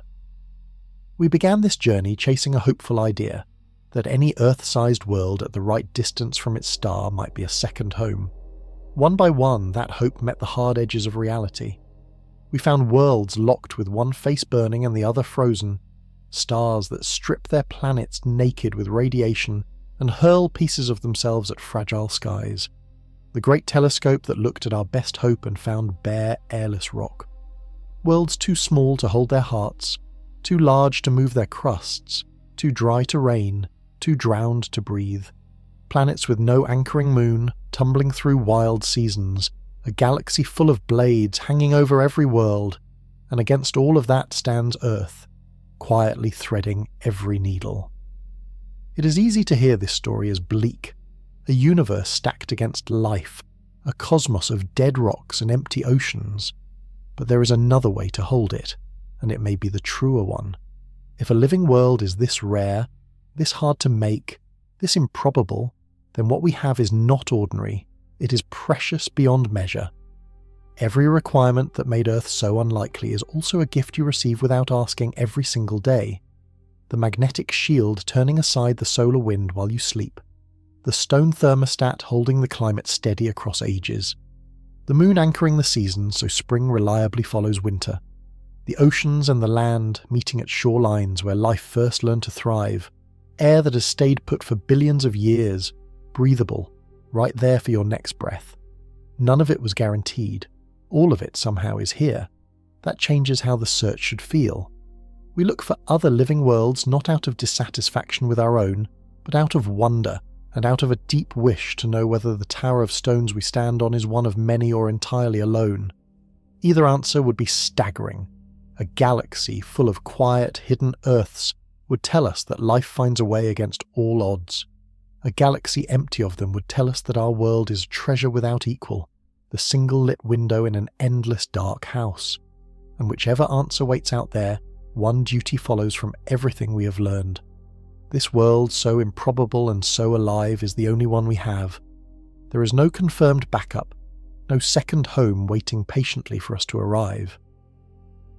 The nearest promising worlds are so distant that reaching them may be beyond us for centuries if ever, and even they may turn out to be bare rock when we finally read their skies. For now, and for a very long time to come, Earth is it. The whole of the living universe that we can touch is the ground beneath your feet. So the next time you feel rain on your face, or watch the seasons turn, or simply take a breath without thinking about it, remember the impossible chain of luck that made that moment possible. You are standing on the rarest thing we have ever found, a living world. Guard it. There may be nothing else like it anywhere, and that is the whole story, from a single ring drawn around a star to the one improbable world where someone was here to wonder about it all.